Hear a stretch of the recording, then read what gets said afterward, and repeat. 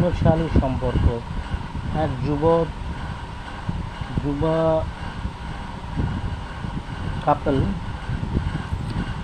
3 বছরের জন্য বিয়ে হয়েছে একদিন, এবং তারা তাদের বৈবাহিক জীবন উপভোগ করছিল এতটাই যে তারা একজন থেকে অপরজনকে ছেড়ে থাকতে পারত না এক মুহূর্ত।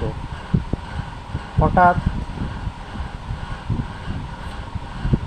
সমস্ত কিছু তিক্ত হয়ে গেল।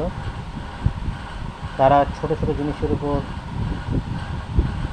ঝগড়া যুদ্ধ করতে শুরু করলো।